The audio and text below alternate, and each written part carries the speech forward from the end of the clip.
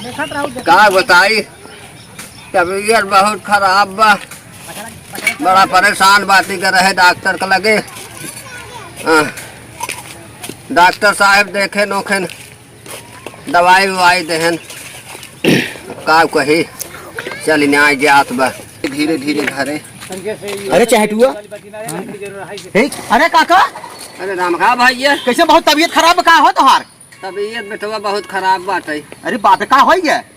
अरे भैया का रहे डॉक्टर के लगे, हैं दवाई देहन ओहन, हैं ओकरे बाद कहा तहन जब पूछे लगे साहब का हम कहा कि तोहार किडनिया जवन बाटे सिकुड़ गई बाटे। हम दोनों किडनिया इनकर सिकुड़ गई।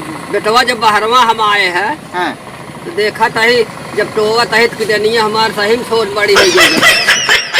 अरे का काका, किडनी छोट बड़ी कैसे वो है? किडनी कहाँ होत ना तो पता बा है? कहाँ होत बेटवा? किडनी है ही होत, किडनी ना होत छोट बड़ी करा है। यही होत है। तब का राजू मारा 100 रुपया दी है। करे पगला, हम तो सोची किडनिया वह यह छोट बड़ी हो गई।